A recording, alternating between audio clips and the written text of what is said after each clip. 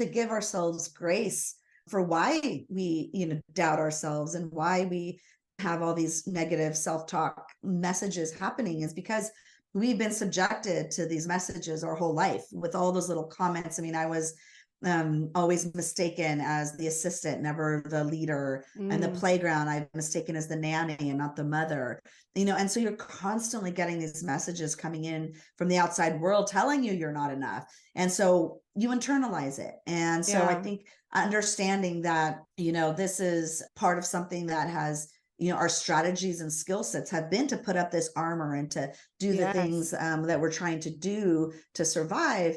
What I'm trying to say is recognize where those external messages come from, recognize where that negative self-talk comes from, give yourself grace, and then start building yourself back up.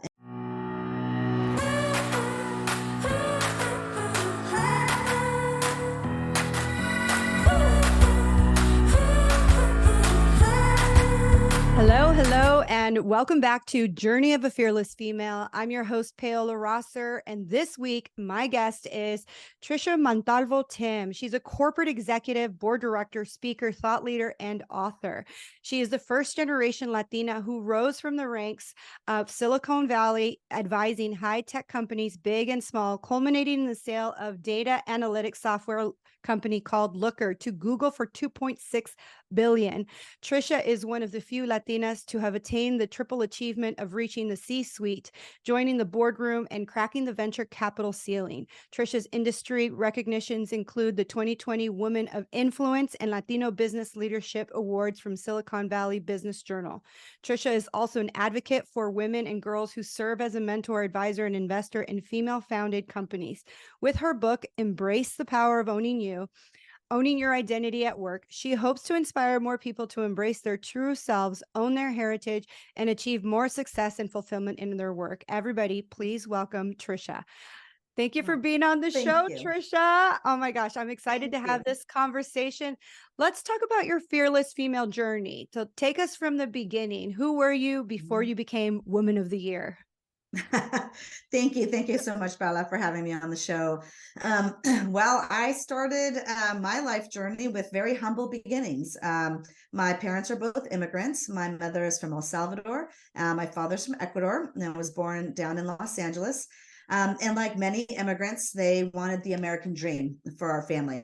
They stressed education and thought with that I could have access to, to the American dream. So early in my life, they moved us out of Los Angeles into an accompanying suburb, which was a predominantly white community. And so all of a sudden I found myself as one of the few Latinas in a predominantly white school.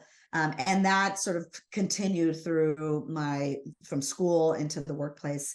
And early on, I noticed that my life was different than a lot of people, right? I mean, I spoke Spanish, everyone spoke English. I ate frijoles, tamales, and my friends ate pizza, hamburgers. And so, my parents they were discriminated against. And so they wanted me to succeed. And so they encouraged me to assimilate. They said, if you assimilate, if you blend in, you will have more opportunity. And so I think that was what formed who I was at the beginning of my life. And I assimilated and tried to fit into whatever environment was around me through high school, college, law school, ultimately the workplace. And so from there, I would say my journey was really just trying to make it. In corporate America, there are very few women, especially I was a lawyer, so very few women lawyers in corporate, and even fewer women of color, and almost no Latinas. Latinas are the least represented, and so it was very lonely. It was very hard to see yourself in any position of leadership, and so after 2 decades of hiding and changing who I was, I decided that really wasn't the road to success, and sort of went on this transformational journey to sort of reclaim myself and my identity, which led to the book and what I'm doing today. Oh my gosh, there's so much that I resonate with because I too am a Latina. And I remember I also lived in Los Angeles, and we moved to Riverside, where at the time was predominantly white. And I really recognize the difference. And I too remember specifically, like, going through the McDonald's drive-through and having to sit on my dad's lap so I can order because he couldn't speak English. And I Mm-hmm. remember how differently my dad was treated, in Mm-hmm. circumstances because he couldn't speak English or because his English was broken.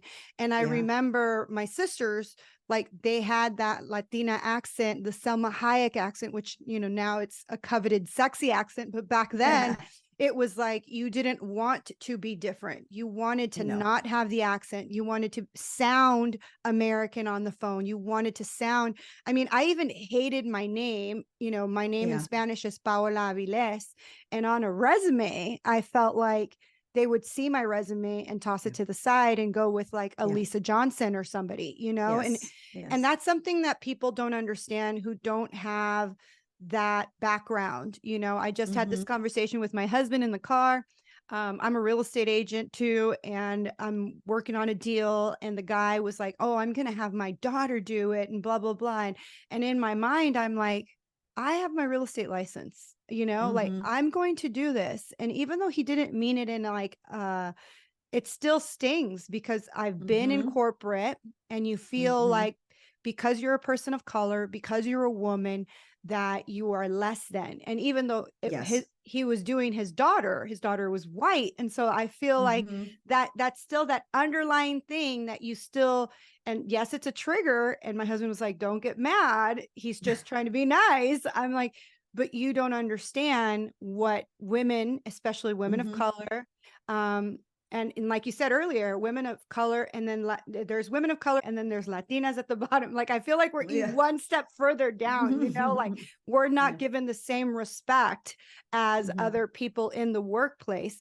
So tell us a little bit more of like when you really started to discover like the differences, and what did you do? I know you assimilated, but what were your Mm-hmm. things that you did in order to feel more included or feel like your Mm-hmm. voice was being heard in the world? Mm-hmm. Yeah, there's a lot that I resonated with your story just now, but I think early on, there were just things, first of all, you don't see anyone, you don't see a Latina in media, in positions of power and influence, and so that's formed not only for the people that you work with or you're around, but also internally. Mhm. And so there's part of the aspect in the journey of believing you belong in the room, and that's what a lot of my book is about, is belonging begins with self-acceptance, but also how do you get others to also start reframing what a Latina leader looks like. But for me at the beginning, I have curly hair, so I would straighten my hair because I thought having straight hair is professional. I wouldn't wear, I'm wearing my hoops, I wouldn't wear hoops because I thought, well, that's not really, I don't see other women wearing hoops, I don't want to be considered less credible Mhm. if people are going to judge past judgment. And then I would just change my conversation. I had two kids while I was climbing up the ladder, and I had sort of that gender bias that was happening, so I wouldn't talk about my family or my kids or colic or all the things that we struggle with as working moms, because I didn't, again, want to jeopardize my career. And so all of these things over time, you can do any one of them in the moment, but over time, over and over again, I spent 1 hour blow drying and flat ironing my hair every morning. I spent a lot of energy trying to prove that I belong in the world, to more and more credentials, academic credentials, to justify my positions. And so there's this layer of energy that women of color in particular shoulder, that Mhm. others don't recognize. And over time, it becomes emotionally exhausting. Studies have shown it leads to anxiety, burnout, depression, and it's just not good for your emotional well-being. Absolutely not. And it is, even though you believe that, racism doesn't exist in the workplace, or you feel like we're in year 2023 and that just doesn't Yeah. happen. It actually happens a lot, Yeah. and it's a, an underlying thing where I personally know that I was not hired for a position, even though I was qualified and I have a college degree. They just Mm-hmm. assumed I didn't have a college degree, or they assumed that I had children at home, or they assumed, that, Yeah. I wasn't highly skilled and couldn't do the Mm-hmm. job. there were some people that really did take a chance on me. And those moments where even when they took the chance on me, I second guessed my talents and my skill set. Mm-hmm. And I felt like I Mm-hmm. had to prove myself, and I would Mm-hmm. work longer hours and did all the things that I could do to show them that I was worthy. And it really, Mm-hmm. I love that you said earlier, that's that part of your book where it says it's truly self-acceptance, because most Mm-hmm. of the feelings are from us. Now Yeah. looking back at Mm-hmm. my corporate journey, I do remember thinking, in my head, I would always say, oh, it's because I'm the brown girl.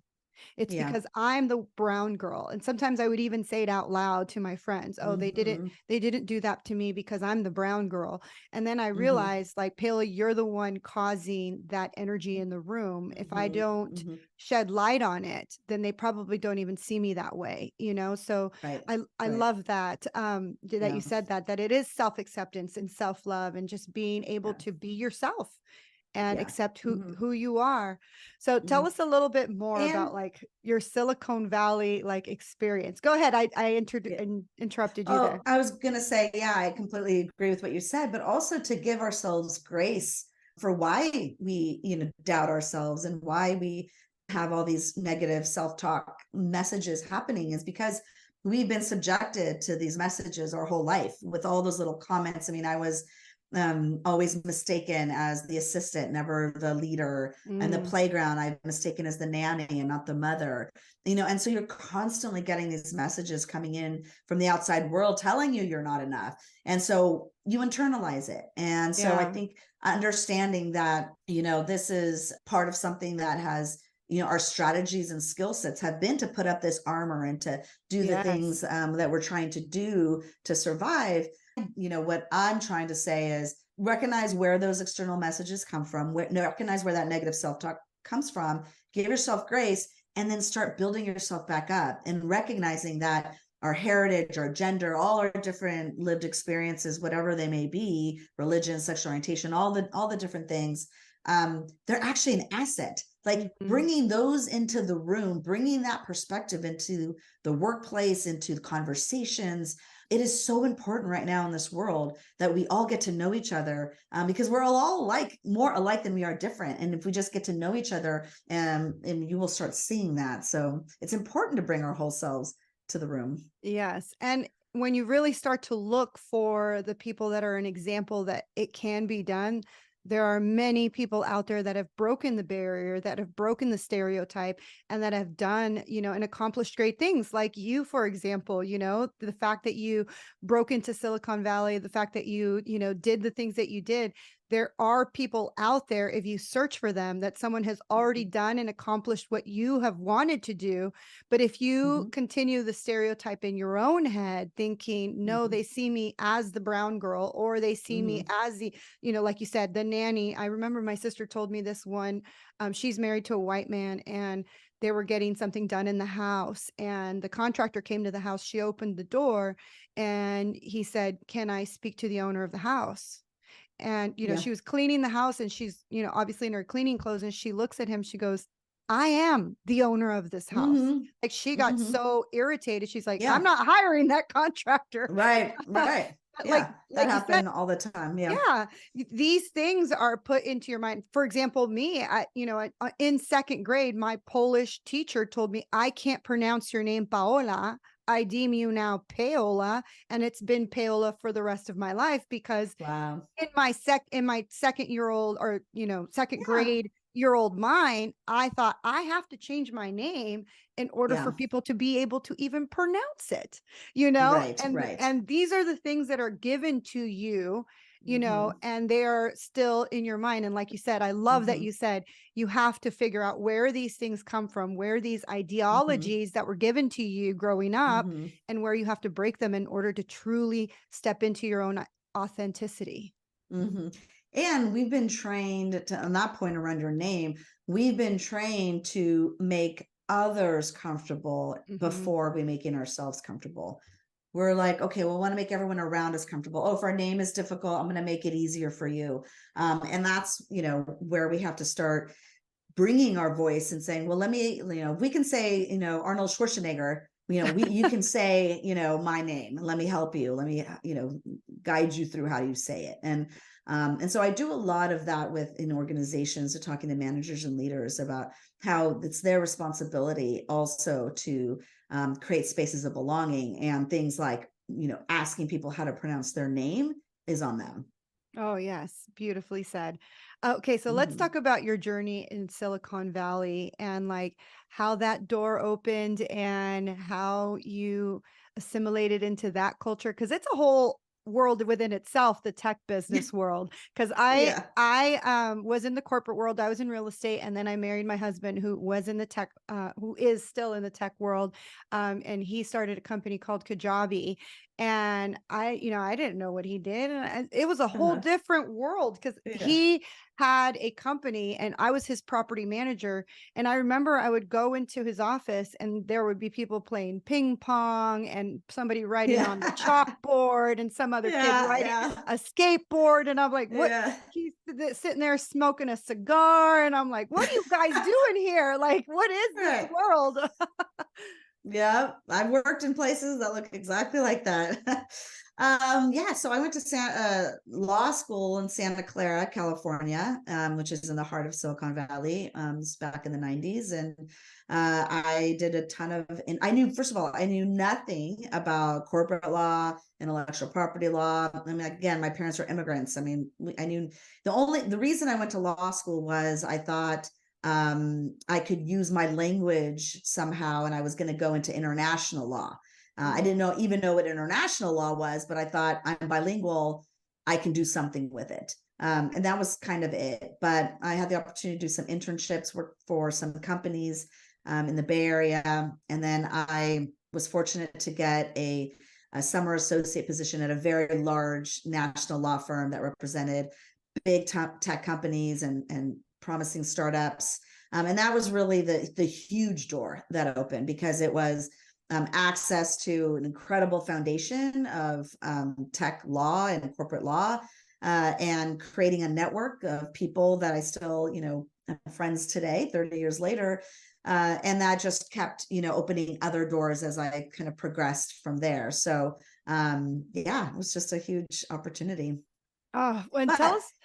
it Go was really ahead. hard because I think you asked, how was it like being Yeah. so, for me, one of the stories I share was, as a first year young associate, I was it was an old school law firm with predominantly white men, who were all nice, but their lives were very different than my life. Hmm. And so, they're playing golf, and they're, cuisine taste was different, their whole life was different, many of them had their wives at home, like there was just so foreign to what my life was like, Yeah. that at the only time I felt comfortable there was at night, when I Mm. could put my hair in a ponytail, take off my heels, and chat with the janitor, because the Wow. janitor, and I understood him, I understood his life, we spoke in Spanish. I had, I respected him for his work ethic. Hmm. My dad used to work nights as well, so I always thought about his family and, not being at home with his kids. Like, I just felt very comfortable, and it was a very conflicting time for me, because I felt more comfortable talking to the janitor than I did Hmm. talking to these law firm partners.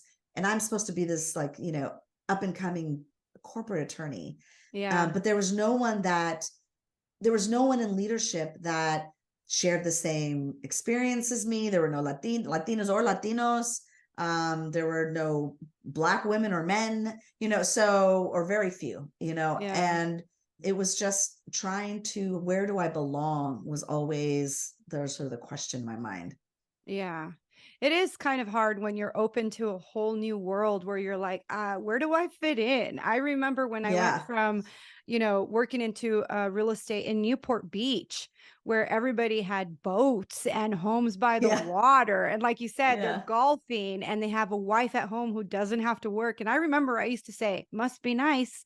It must be Yeah. nice, and then I became that wife that Yeah. stayed home. And it does open up your mind to a whole new world and a whole new possibility of stuff, but it does make you feel guilty that you're on this other level where the rest of your family still hasn't experienced, first class flights or dinners at a really expensive restaurant, and you kind of sort of feel guilty, like, who am I to have been able to experience this, and why can't my family? And you almost want to bring them with Yeah. you, but there's also that fight where it's just kind of like they want to bring you down too. Yeah. At least Yeah. in my family, I'm not going to speak for Yeah. yours, but like it is kind of Yeah. that way where they're like, who do you think you are? Right. Right. You should like be down here. But there is that like feeling of like, am I leaving my family behind because now I'm coming into this whole new world? But everyone has their own journey, and everyone has the right Mhm. to discover the ways of which they Mhm. want to live. And Mhm. yes, you could still have that relationship with the person that you feel comfortable with talking to, but there's no way that you should lower your standards or lower your Mhm. skill set so that you make them feel comfortable. Right. Like, you did all the Mhm. work. You got to Mhm. become a lawyer, you got to become partner, you got like, you Mhm. deserve all of that and more. Mhm. And the Mhm. more that people like you step up, it shows younger generations that it can be done, that you Mhm. can leave the bucket of crabs and go Mhm. and become whatever that your heart desires. Like, I remember I had Yes. no examples growing up. I remember all my sisters became teachers because that was the easiest thing. You go to school, you see a teacher, you're like, I could do that, right? All my sisters Mhm. became teachers. And when I was going through college, they were like, well, just go get your liberal arts major.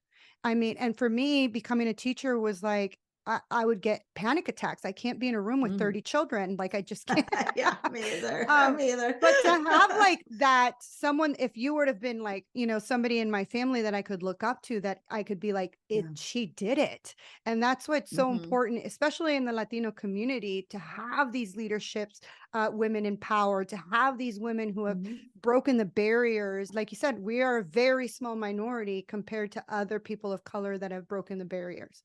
Yeah, yeah. And what's interesting, Paula, is that there's even now, I was just at an event where I was talking to a group of women executives and telling my story.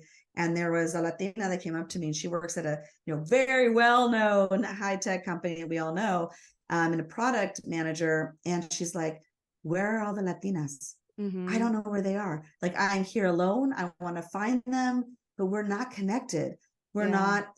We're not coming together in community and supporting each other. And part of it is just telling our story. I mean, we're head down, trying to survive, trying to make it, but we're not lifting each other up as much as we should. So part of my message is to really inspire Latinas to be more visible, because we need to see those role models. We need to be the role models we never saw. And if we're just head down, not being visible with our success and being proud of it, how do we expect the next generation to achieve the same? Yeah, exactly. I love that that's your message, because we truly do need to get together. I was a speaker at a panel, and everybody else was white, and the one Latina in the audience came to me and she was like, I'm so happy that you were there, because she was like, I was about to leave this conference because I could not connect or resonate with Yeah. anyone's story until you Mm-hmm. spoke. And then it was like my heart was like gushing with pride that here's another Yeah. Latina who has created a podcast, who's created a platform. She was like, wow, you are such an inspiration. And I mean, both of us were sitting there crying because we were both Right. like, yes, I get where you came Mm-hmm. from. You understand the plight of being a Latina woman. And that's a thing. It's like, we do need to get together. We do need to, like, lift each other up and help each other out. It's something that the Black women are doing perfectly. They're doing a Right? really good They're job. They're doing collaborating it. and they're doing Yeah. great. It's like they have created such a beautiful community of like lifting each Mm-hmm. other up. And it's like we need to do a better job as Latinas of coming Mm-hmm. together and creating that bond and showing the Mm-hmm. younger generations it can be done. So tell us Yeah. about your book and Mm-hmm. what we can expect from getting your book. Yes. So my book talks about my story and the story of others, and it goes through the journey from sort of when I started and to where I'm at today. And it's for anybody who feels like an other in the room, who's trying to fit in and wants to belong, but hasn't realized that really bringing their whole self to their workplace or to their life is really the path to success. And so I have lots of strategies and tips and how to for example, how to overcome or manage negative self-talk and imposter syndrome. Talks about seasons in our life as well.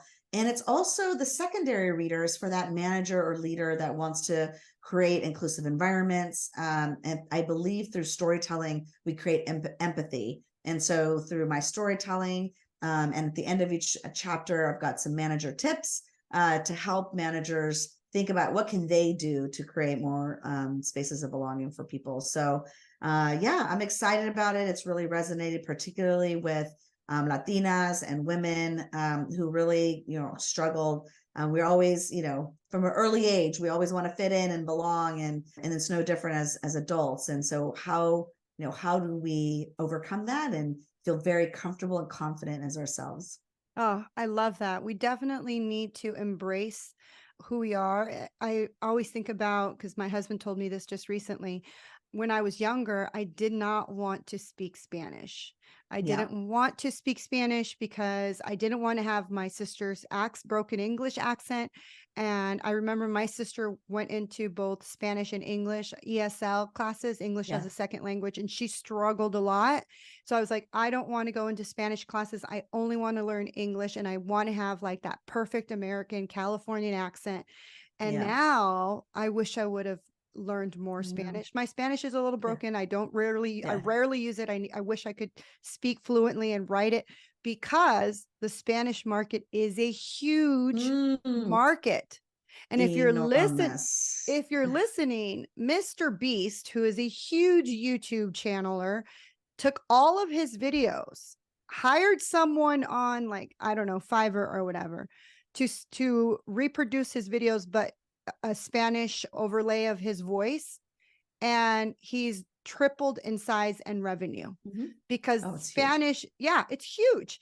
And now It's my huge. my husband's like, you should get your videos and do that. And he's like, speak it in Spanish. I was like, I wish. I wish I could speak in Spanish, but I'll have to Yeah, hire yeah, somebody to do it yeah. for me. But it is such an untapped market, that Yes. we, and like when you're saying here, like, these books are good for managers. There's a huge community of Mexican workers, of Latin descent, who speak Spanish, who feel less than, who are not feeling like they belong. Mhm, Like, I've even watched people, like when they're speaking Spanish to each other, people who don't speak Spanish tell them, don't speak the language because we don't understand what you're saying.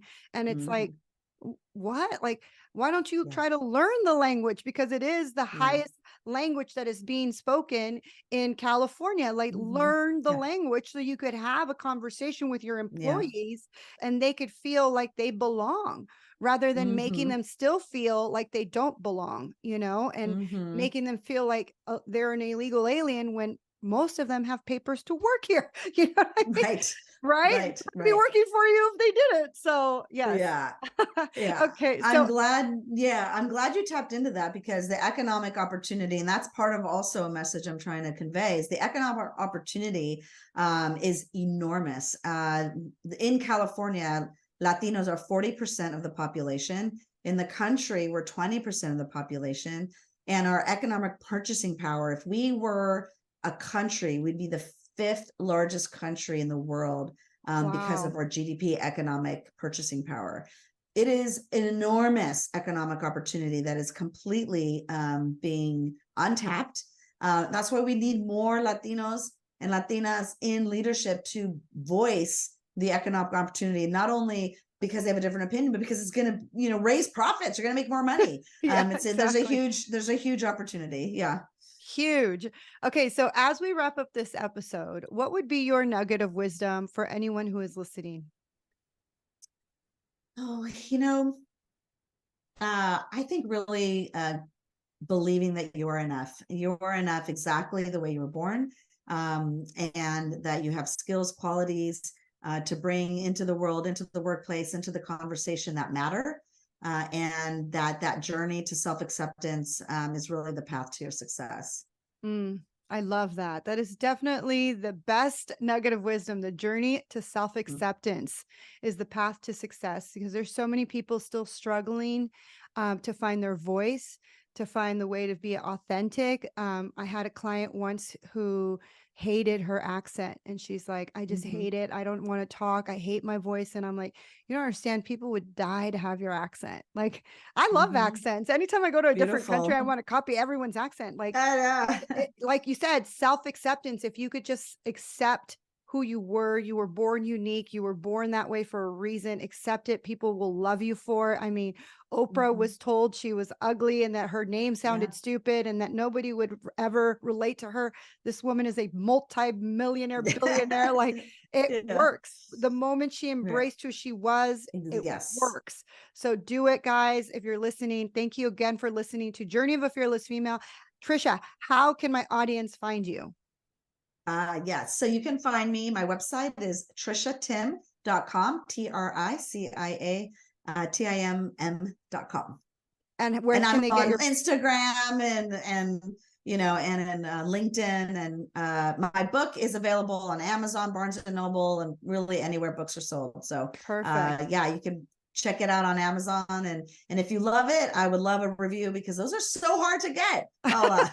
Yes, they are. I'm Yeah, always asking yeah. for a review. Yes. I know. And all of the links are going to be in the show notes for you to be able to access Tricia. Thanks again for being on the show. Okay, thank you. Thanks for having me. Thank you again for listening to Journey of a Fearless Female. I'm your host, Paola Rosser. If you're looking for a life coach or a spiritual mentor, you can book a free discovery call with me at www.fearlessfemale.com. You can also follow me on Instagram at fearlessfemale_coach, subscribe to my YouTube channel at fearlessfemale, or find me on TikTok. I'm under at paola.rosser. And if you love this episode, make sure you hit subscribe, share it with your friends, and leave a review. I read every single review, and I truly appreciate the time you spend writing it.